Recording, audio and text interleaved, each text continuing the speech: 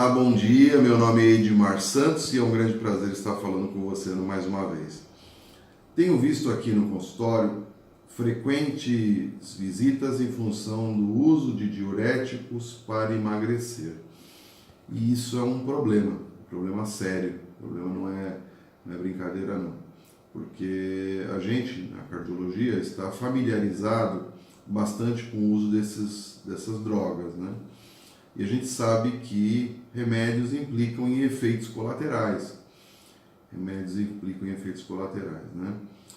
Sempre quando um médico te passa um remédio, ele te passa com vistas a minimizar o problema. Você tem um problema maior, que é, por exemplo, pressão alta, e ele está te ministrando um remédio que vai diminuir a pressão e, portanto, diminuir o risco de você ter um derrame, de você ter um infarto, de você insuficiência cardíaca, insuficiência renal, etc. Mas podem haver efeitos colaterais desse remédio. Né? Então, sempre você vai tentar ver um mal menor. Né? Então, no caso dos diuréticos, principalmente os diuréticos tiazídicos, que são os mais utilizados aí por pessoas que querem emagrecer, que é a hidroclorotiazida, clortalidona, principalmente, a pessoa, primeiro, ela não emagrece, porque só perde líquidos, né, e eletrólitos. Então, ela não vai ter o ganho que ela imaginava com relação a peso, não vai perder gordura. Né? Isso é o primeiro aspecto. E o segundo é que esses remédios, sim, podem ter efeitos colaterais importantes.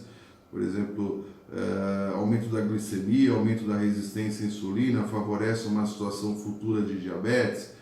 Você pode ter uma situação de aumento de colesterol, aumento de triglicérides, aumento de ácido úrico, perda de sódio, perda de potássio, inclusive correndo o risco de morte por hipopotassemia, né? Arritmias decorrentes da hipopotassemia, culminando com a morte.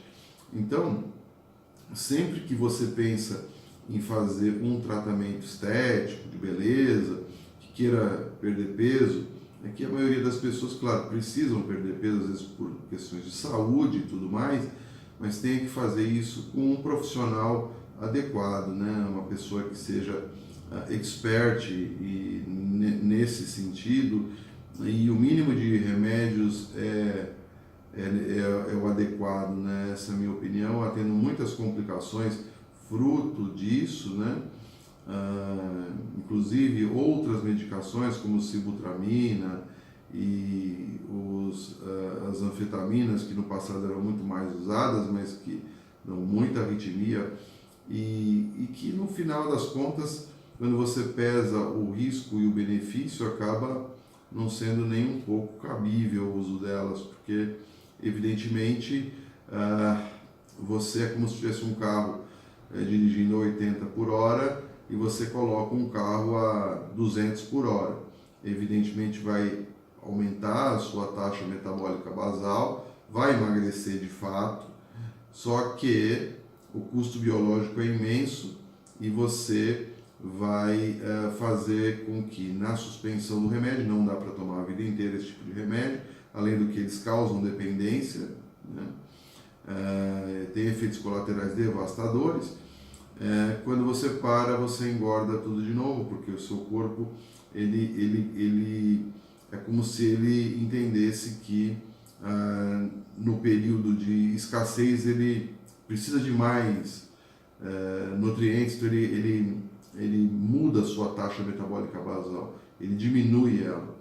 Então, após o uso desses remédios, você fica como se fosse num hipometabolismo, né?